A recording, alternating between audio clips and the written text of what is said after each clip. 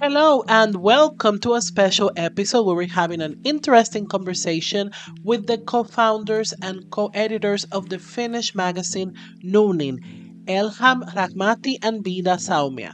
No NIIN magazine is a Finnish online independent magazine at the cusp of art, criticality, and law.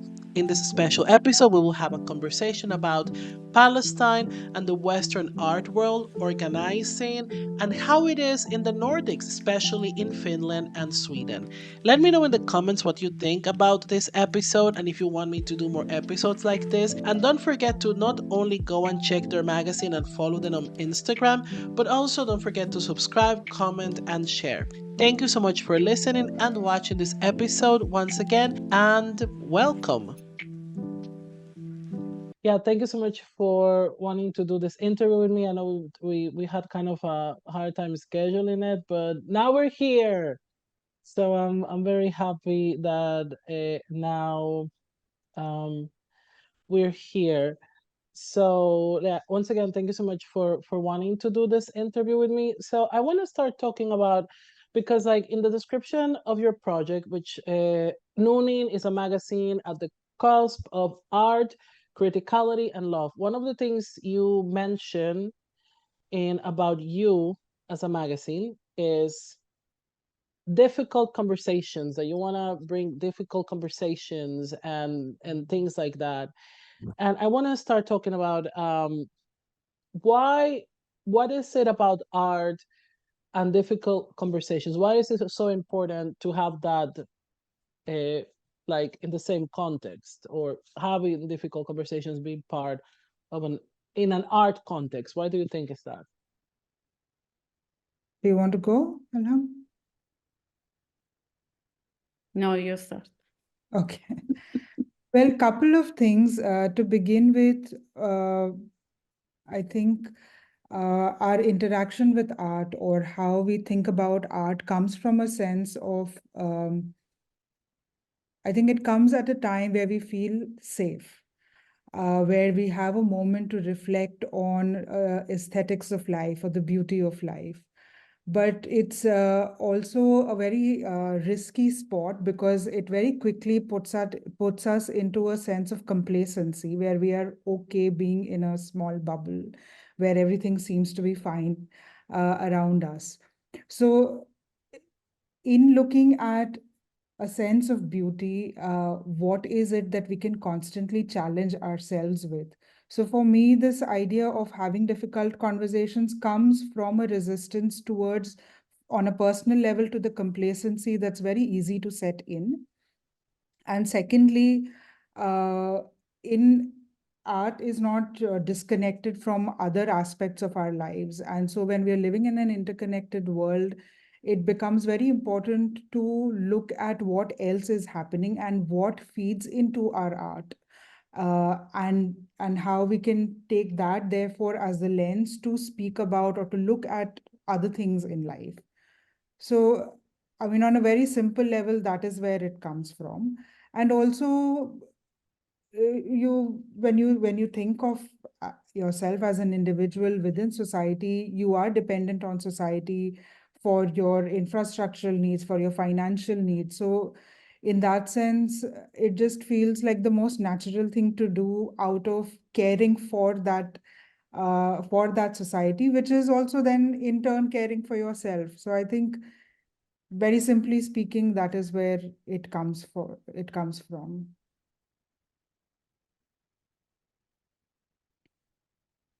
Ilham, do you want to say Yeah, I'm just something, like or personally not really interested in like art as a tool to heal or all this like stuff. Of course it can be, but especially like during times like this, anybody who uses that framing that no, now we artists should provide a space of healing, like shut up. this is this is just like you want to use art as, I don't know, as a, it's not a cushion. We want to lean on, like when you don't want to deal with with the actual thing that is happening, that you can use your voice to be vocal about. So that's it. Like this difficult conversation thing is our way of standing, I guess, against that kind of thinking, that we don't look at art in that sense. We're not interested in that. And we find it kind of, that's Also, I think like as a personal articulate. responsibility, like just think that you're an artist. I mean, we are engaged in some kind of a creative activity. And why would you want to have what you do most of your time to just be a decoration on the wall? Whereas you can use it in its entire complexity and with a sense of, I mean, you don't have to be absolutely clear, but if you feel challenged by it, I mean, that's the kind of excitement and the engagement that art can create. So being an artist, it's really upon the artists themselves whether they choose to remain isolated in a kind of space which they call a studio or a practice. But that practice is, even where you are, where you have your studio, is very much connected to where you can have a studio, whether you can even have a career in the arts, whether that can be your sole job to create in a way. Yeah. So I think all these aspects are interconnected. And for an artist to think that, okay, I'm only going to look at what is in front of me and create something for a visual engagement only, I think is not doing justice. And you're not taking responsibility for your own art. So the conversation it becomes, I mean, there is then no conversation to start with. Yeah, I was having this conversation with an artist a few days ago, and she was saying, yeah, and with another friend, we were talking about Palestine and that there's a strike today, and we were like not buying anything. And she felt the need to say, yeah, I'm trying to shut myself down from all the news. Otherwise, I can't get anything done. Like I haven't really, like I've chose to not engage with anything that's going on. Otherwise, I will lose the power, the sense to do my artistic work. And Oh, wow. I was so angry when she said it, and I didn't say anything to her, but later I was talking to another friend, and I was like, I don't expect her or any artist to do political art. I don't think everybody has that kind of sensibility to produce that kind of work. But I think as an artist, you need to be political. You need to have positions. You need to have opinions. You need to be engaged with the world politically, to exist critically in the world, as I think somebody used that phrase recently, and I really liked it. Mhm. And I was giving this example of Beyonce. She has this song, You Can't Break My Soul. And recently there was this video going viral of Israelis looking at the screening of this song and singing loudly, oh, you can't break my soul. And when she does not have a position, she refuses to declare a position of where she stands. Of course, then your song can be used in any way. It doesn't matter how much of a Black Panther's attire you use or aesthetic you use in your work. You're making a joke of that movement when you use it, and then you refuse to have a position. Then your song, your art can be used by anybody to justify anything, to justify a fucking genocide. So you need to be political, and that's what we want to encourage, our readers, the art community, to understand that you cannot just go in your studio, lock the door, and create some work that's, I mean, again, you can draw fucking flowers for all I care until the end of your life. It doesn't matter. But when you choose that I'm not going to exhibit my work in Tel Aviv or in any other occupied territory, or in any museum or institution that contributes to this, these are political choices. I mean, I think Nan Yeah. Goldin is the best example of how to live an artist's life, how to like, or Ken Loach. There are many examples. That is these are not, you know, things that we're saying. None of it is new. There are artists who are living and working with that kind of thinking, and we are learning from them. Mm-hmm. So if you refuse to completely, no, I just want to like, well, yeah, I have a difficult time respecting those practices. No, totally. I mean, that's your opinion, and I there's something you mentioned that it was about um shutting down from the world as an artist. Like, don't you feel that's like how what do you feel about that? That's like do you think that's a very selfish perspective? Because how do you like, because I know what you say that not everybody has to be an activist, but also like I want to know like that now that you mentioned that, is that like the general the way that a lot of artists in Finland see art, or is just that specific example? So I want to know, how is it in Finland in the context of like social issues, critical discussions, and Palestine, which we will talk more about Palestine and art, which actually is the key topic of our conversation today, art and Palestine. So yeah, I wanna use this opportunity to talk about how is it in the Finnish art scene?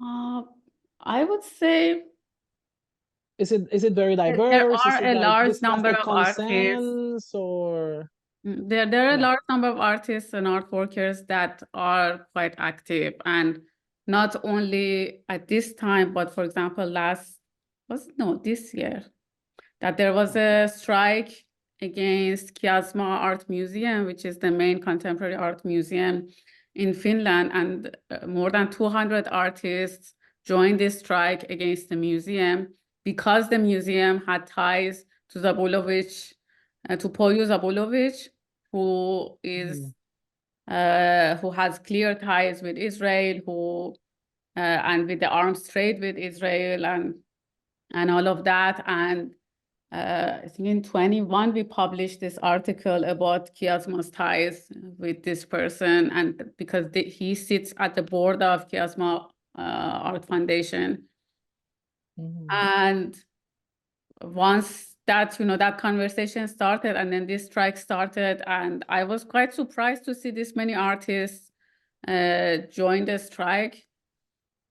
So that kind of concern does at least exist for many artists here, and I see it like since the beginning of, like in the past 2 months, many have tried to organize different things. I don't know, art sale, or I would say not as individuals. I'm talking about, not institutions, especially artists of like who belong to some sort of marginalized communities. They have been quite active, but institutionally, it's been quite disappointing, especially big institutions. It took them 40 days, 50 days to just like issue like a ceasefire now message, and that's it.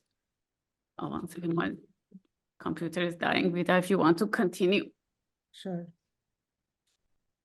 Yeah, just continuing also from what Elham said, definitely there is, I mean, there are many tiers, or not tiers, but there are many, there's a range in responses generally to any kind of socio-political condition.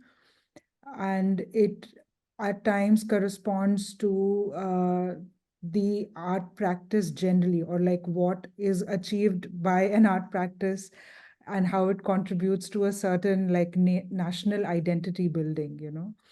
So that is also very much at play over here, which you see reflected in, say, the the universities, the not the private universities, but like the state universities, You will see that in how the courses are designed, who is selected in the faculty members, and those kind of things really define what the students will learn or engage or get interested in. So it really starts from that kind of a very fundamental level. Then when, of course, like when artists are out or when they are, traveling, they are exposed to a lot more things. Everybody has different capacities to learn and learn from that experience. And there you can see a lot of change happening.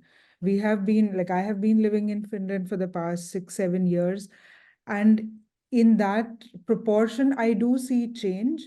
But at the same time, like just last night, we were discussing like this new dean who's been appointed, who was first as the director at Kiasma Museum. So there is, like this small pool of people who will keep circulating. And by small pool of people, it's not like they're very, broad-minded, politically driven, or, kind of radical in their politics kind of individuals. You know what will get repeated from one institution to another, and especially so I think I personally at times feel very frustrated and out of patience with how the things develop here.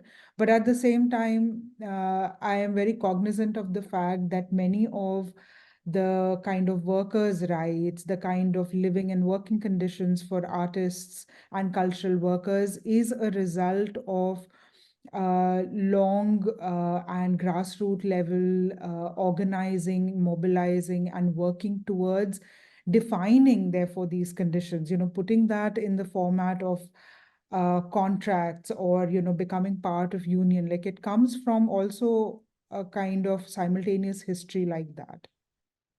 But it is a neoliberal society, and Finland as a country really looks up to the US, and often, more often than not, really imbibes the quite unwelcoming things that are taking place in society there. So in a way, it sees itself as this kind of developed nation that doesn't need to develop more in terms of its thought. So I think there is like abundance of luxury in many ways, and I think most people don't realize or don't acknowledge that kind of privilege that is available, the mobility that your passport grants you, Yeah, the totally. ease that, like 24 hours of electricity and water and heating I grants. have a Dominican passport. I know exactly what like passport mobility is. Is yeah, yeah. Like Yeah. Dominican passport is one of the worst in the world. So yeah, totally. So yeah, you were saying like so in the Finnish it sounds a little like Sweden, but I guess like Finns are a little more self-critical than Swedes. Swedes are it's I think here art institutions have been a little more quiet. Some like small groups have been more like outspoken about the genocide in Gaza and things like that. But like I don't know. I think Swedes are incapable of being self-critical. Swedes think they're better and that they're a superior race and they're superior country and the Swedish way is the best way. And yeah, it's a little yeah, and yeah, it's I mean there's like grassroots organizing, but still there's not like that much self-reflection and self-criticism because they also have the same perspective that oh like our way is the best way, our way is the only way, we know best than everyone in the world, everyone in Europe, everyone in the Nordics. So it's yeah, I you don't know know if about you like Finns being more critical. Honestly, Vidha and I I mentioned we were in Stockholm at the end of October and we attended one protest there. And at that time, there were like 10,000 people in that protest. Mhm. And in Helsinki, after now 2 months, like the maximum amount that showed up were 4,000. And it's been really really difficult to get organizations involved, to get people to come in the streets. And then we see like in Copenhagen has the same population as Helsinki, I don't know, 60,000 people come out.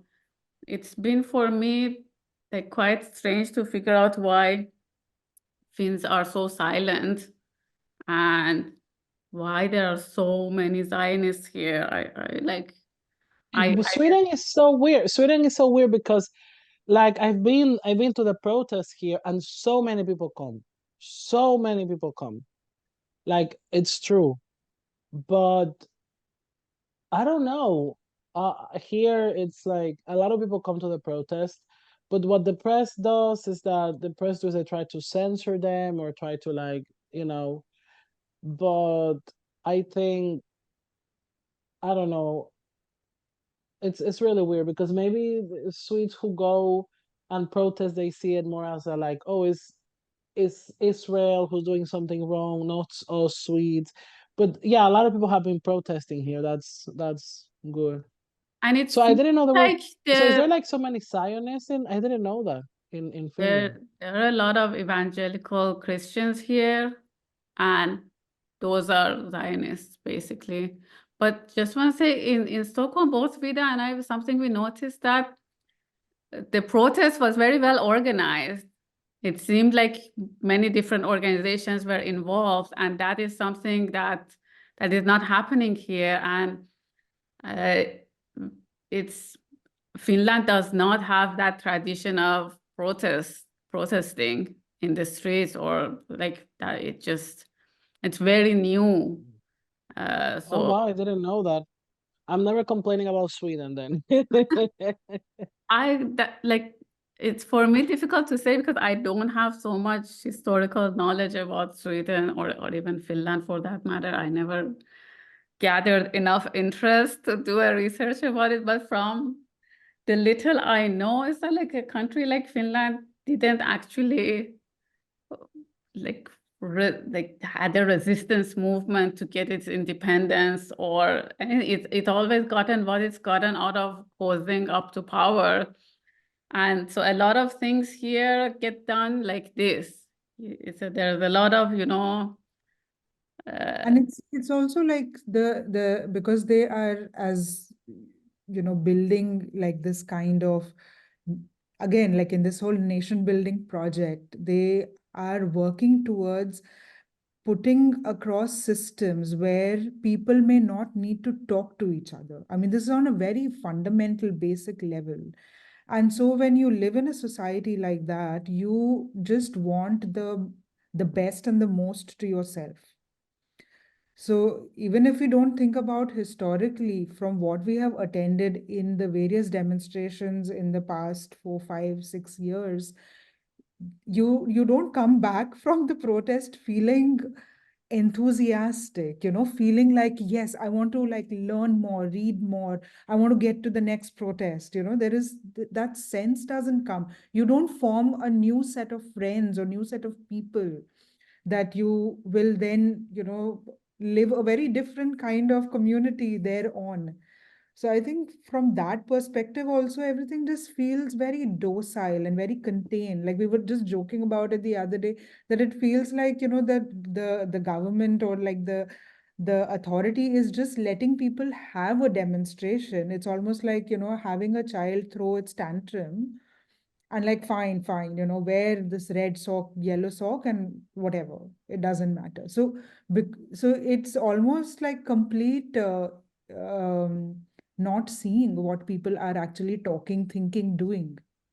yeah, Yeah. because they're very cautious about organizing protests in a way that it doesn't disrupt anything, it doesn't Mm. disrespect anything, it doesn't really kind of upset the status quo, or which is like should be the whole point of protest. There's a lot of this sense of whoever is organizing should be completely in charge of the narrative of the protest. Like they make sure to have a certain list of set of chants that only those should be repeated.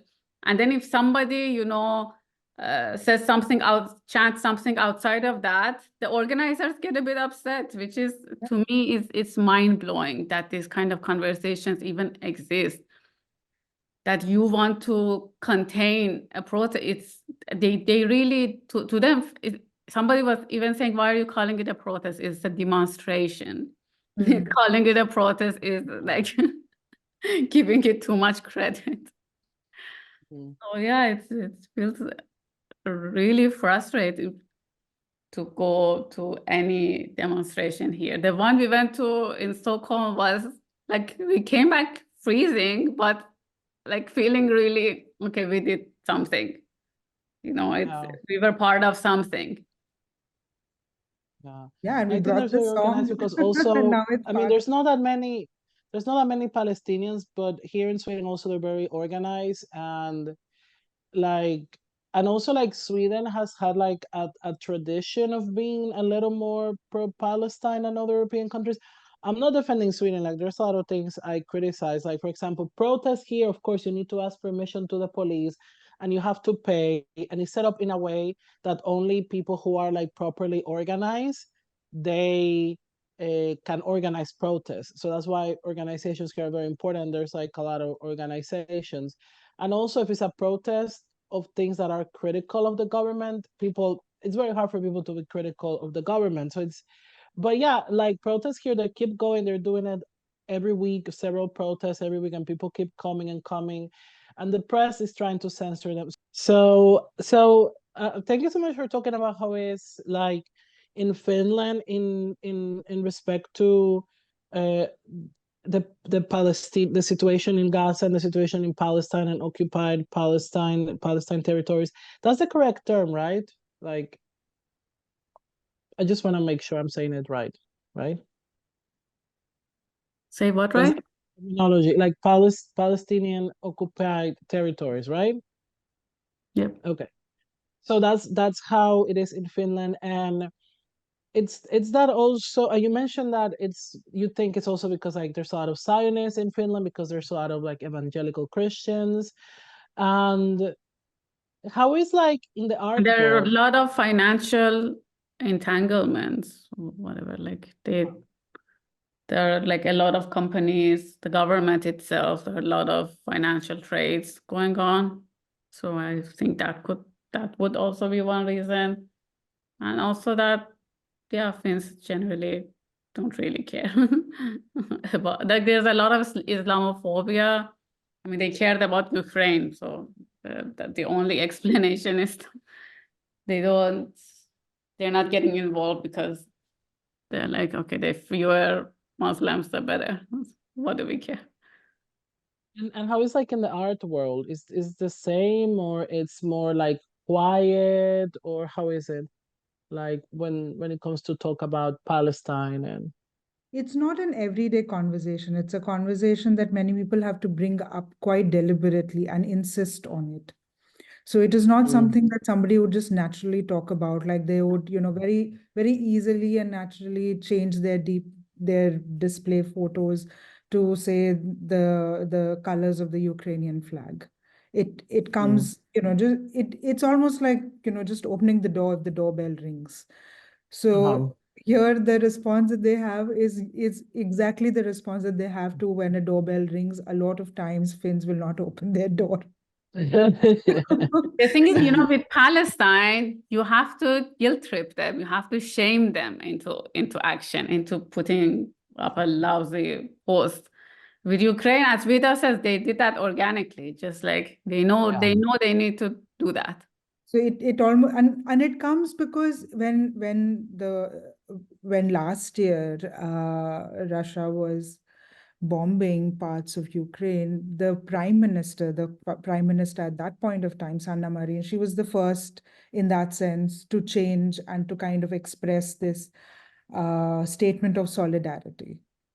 So when say somebody in that kind of a leadership position does something like that, people will follow suit. I mean, here most people really follow authority and policies really quite diligently like that. So when a statement like that is not coming from anywhere, I mean, it never came when the right-wing government came into power and they had these extreme anti-immigration policies and various other cuts. I mean, right now, just yesterday, the list of new cuts have been announced, and they're horrific. Like, they're horrifying even to just read, and then to imagine that these will get implemented, cuts in like livelihoods, in pensions, in unemployment benefits, in childcare benefits, in education. Like, all these things are all one related to the other. So yeah, in terms of Palestine or anything happening in quotes in that part of the world is not something that occupies the minds of people in this part of the world. Wow, that's really. And how about like censorship? Because something that we've seen in the news and in social media, like we've seen like university students, especially in the US, getting censored, people losing their jobs, and things like that. People who have been invited to leave certain projects because they show support of Palestine. And something I noticed with No NIIN magazines, you have always in your website, the banner that you have in your website have always been that of support of Palestine and Palestinians, and you have always condemned the apartheid state of Israel, the crimes they commit against Palestinians. So I'm asking, how is there like censorship in Finland in general, or in the art world, either or? If someone wants to bring this, we can talk like in a general context, or we can focus in the art context. Like, is there like censorship? Do you feel? There is definitely censorship. I would say not in the sense that, for example, Germany is implementing right now. Germany is horrible. Yeah, it's not like that, or I would say UK or France. But especially, I think recently we've noticed academia has been hyperactive in censoring students or oppressing student protests. A while ago, a few weeks ago, there was this student sitting. They were supposed to occupy the school for 24 hours in solidarity with Palestine. And Helsinki University called the police, and the police violently dragged the students out, which is something honestly I didn't think I would see in Finland. But like, and nobody, like, there was no kind of widespread Outrage. conversation Yeah. after that, no uproar, no really like kind of what the fuck moment. Why are you treating the students like this? Nothing. I even asked a friend of mine who teaches in that school, and I said, like, were there any conversation at least among the staff? And he said, not really, like not yeah, no was that upset about it, which is, yeah, was kind of a wake up moment for me. That the situation is far worse than we thought it is. Or also students, they have done this, they had this court art, activism, and social change. And as a final assignment, they had put stickers on the school lobby, that said also students for a free Palestine. And the artwork was removed before even, the how do you say, that the teacher comes and see, and, the final critique, yeah, before that. So it's obvious censorship. But I would say, like, in terms of, our work and our banner, we have nobody has ever told us to remove that, or that's something we should not know. Any comment or any questioning on that? Yeah. I think academia has been, and even like they've been telling the students to stop using the school emails to circulate letters about Palestine, or, talking about Palestine, and saying that universities are non-political entities, whereas last year they were using every single resources they had for Ukraine, offering Ukrainian students, like places in the school, all of that thing, putting the Ukrainian flag in the school.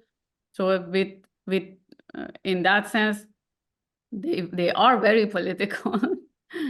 Or in every sense, you cannot say school is not political. I don't know what parallel universe they think they live in, that schools are not political, but yeah, and they know it and we know it. Yeah. It's just a fucking joke.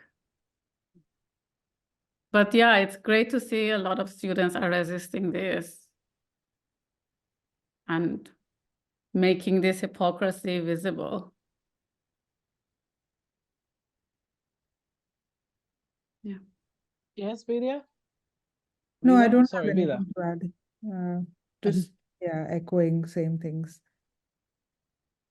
Yeah, yeah, it's really, I mean, there's like also that soft censorship because also like, um, if you are in a certain group, you're more vulnerable. I mean, I don't know how it's, but I mean, the situation in Germany, it's really, really scary because I think there's a region in Germany. I hope not other countries imitate that, that for you to be able to get German citizenship, you need to declare that you support Israel, which is Yeah.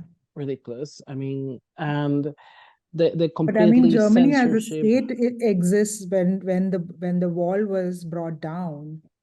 Israel was the first to recognize Germany. Mhm. So it was this kind of mutual admiration society that they've built between these, between these authorities, that I recognize you, you recognize me, and let's validate each other's oppression. So this is Yeah, also really not coming as a surprise. And I mean, in Germany, of course, like we have been often talking to some of our contributors who are based in Germany, and they talk about that, it's the oppression is so deep that when you can't even really publicly mourn or grieve about, or like think, say, if you're a Palestinian, you can't say, or I mean, don't have to be a Palestinian to say that you stand in solidarity with Palestine. You can't say it. Of course, people are saying it, people will do it. I mean, resistance works like that. But it's not a given. So what they are introducing now as these extreme policies, related to citizenship, related to the right of living and staying in that country. And again, you see, it is directed towards people who are coming from the non-Western parts of the world, non-Europeans. of I mean, their course. kindness project is related to that. I mean, that's the joke. I mean, if it was not tragic, it is extremely funny how Yeah, they go about it. And it really does not come as a surprise, but I think it has to just, we have to like continue to be vocal about it, and call out the ridiculousness of the situation. of course. Totally. And I also know like it's not just something like from the right, it's like it's completely general in German society, like even the left, even like art institutions. There was, I know this Peruvian artist, her name is Daniela Ortiz, and she denounced, and this was way before, that was like 2 or 3 years ago. She was, that she was, that was like 2 or 3 years ago, that was years ago. And she had like a commission, she was invited for something in an art gallery in Germany, and she had that withdrawn because she supports Palestinians. Yeah. And like, yeah, it's something that is part of society. It's not just something like that is like, oh, you can just isolate yourself. But yeah, I want to circle back to what Elham said on shutting down for the world, from the world as an artist. So I just wanna I've been thinking a lot about that phrase in our conversation about Palestine and art. So my my question is, how can can we do more in an art context? Like how can yeah, exactly, how can we do more in an art context, in the creation process, if maybe for some artists that's not just part of their values?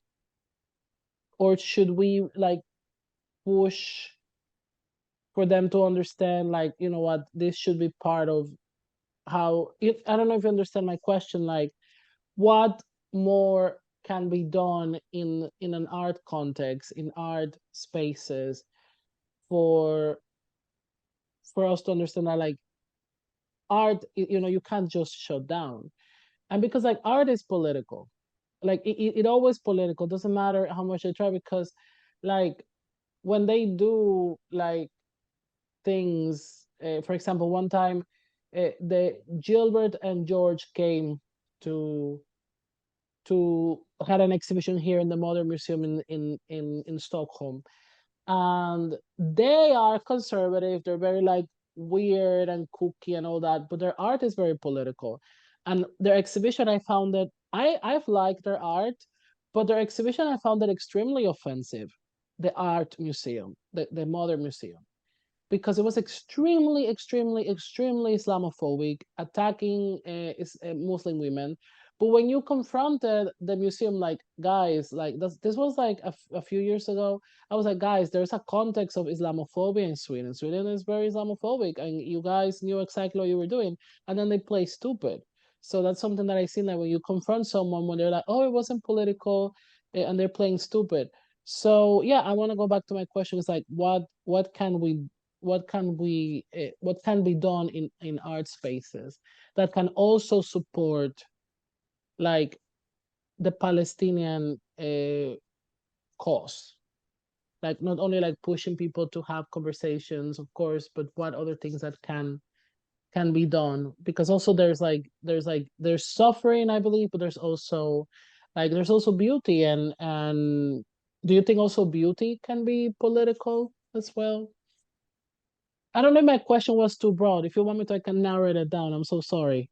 I think something that should have been done during this time, and I hope until there's a ceasefire, at least, that artistic platforms consider this, to dedicate your resources and your platform to amplify the voices in Palestine. That should have been like first thing, because it kind of, I mean, we thought in those terms that, you know, what does it even mean to talk about anything else when like their everyday, when like in a span of 2 months, almost 20,000 people have been killed. It's and in front of our eyes, and it's so visible. It's nothing you can ignore. Sometimes you say, okay, Yeah.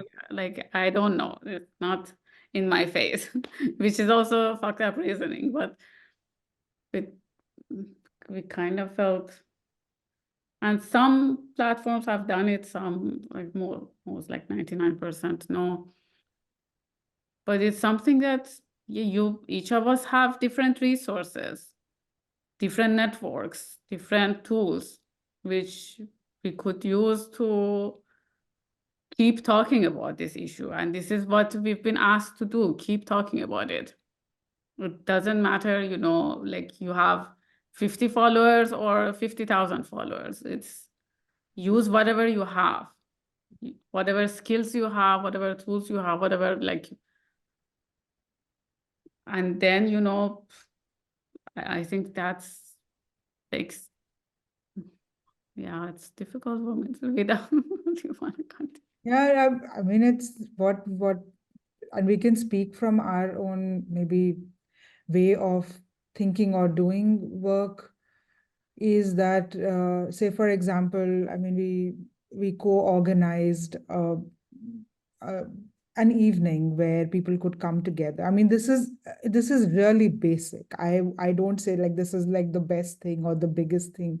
This is something really basic, creating, using your resources, using your platform to create a dedicated space where people can convene and talk and engage with something that should like be uh, it's there in front of our eyes. So how is it not the first thought that comes to your mind? You know, and it's not, it's it's puzzling, or like why one feels stumped at this question is because you just want to do everything possible to ensure that everything that you're thinking, talking, sharing on social media or can somehow create this big volume of energy that can work towards the end of occupation. I mean, that is like the final goal, but towards uh, alleviating and stopping this, kind of brazen violence that is going on. So you kind of feel, okay, what can I do? And that question then, therefore, should start affecting every aspect of your life. And yeah, we are all doing some work. I mean, somebody is, working independently, somebody is part of an organization. And so it's just, I mean, if you can have every year a Christmas party, then I don't think it's so difficult to organize towards a certain idea. Yeah, it feels weird to, want to constantly tell people what they should do. They know it's like they people can't have, okay, how can I help? What can I do? But when it comes to I Ukraine, you know. organically know what to do. It's Yeah. yeah, Yeah. it kind of it feels like I don't want to handhold you through learning how to resist occupation in Palestine. It's if you cared, if you truly care, I cannot, come like teach you how to care or guilt you. It's Of it's course. like Mm. not our job to guilt you into action. And that kind of action doesn't do And anything. also like to constantly bring up like Ukraine, for example. I mean, this is not a strategy of speaking. It is just that the apathy is just so apparent that you have to bring up a past example. Whereas on the other hand, you see nations across where different, I mean, different countries who are facing oppression are looking at, I mean, Palestine is not a representative of anything, but it is helping many different uh, how to say, like oppressions around the world also come into the light. And therefore, actually, by investing your time and your attention and your care in caring about one region or one people, you actually begin to open up yourself to other things. It's a Yeah. I I think I was reading it on somebody's post like now, almost a month ago, where you are not liberating Palestine. Palestine is liberating you Of course. because it is taking you out of that zone of complacency, which I, was mentioning earlier, and is making you think through everything from their social media to like poetry to artworks. Like there is a range of things that you can attach yourself with. I mean, there's this Instagram profile, like a page called Subway Hands or something like that. It's just a page dedicated to making photographs of people's hands in a subway. And they started putting up photos of hands holding signs, banners, or wearing something in the hand, like a flag wrapped up on the hand. And so I just feel like if our Instagram page can have a step into the process, which is doing something as banal as photographing people's hand in a subway, Yeah. then I think imagination is not like a faraway project. It's just around you. It's in the work that you do. Yeah. Yeah, and also, I mean, there's a reason why Instagram is shadow banning everything that is pro-Palestine. I think I'm gonna lose my social media account at any time. I don't know when I'm gonna lose it. I've had so many reports, and I post things and I don't get likes. So it means it's working. And also something I've noticed is that there's a lot of people posting like archival photos of Palestine before the state of Israel. So yeah, I think I really like that, it's about we know what we need to do. It's just to care. And I just want to say thank you so much for wanting to do this interview with me. And thank you so much for having this conversation. And yeah.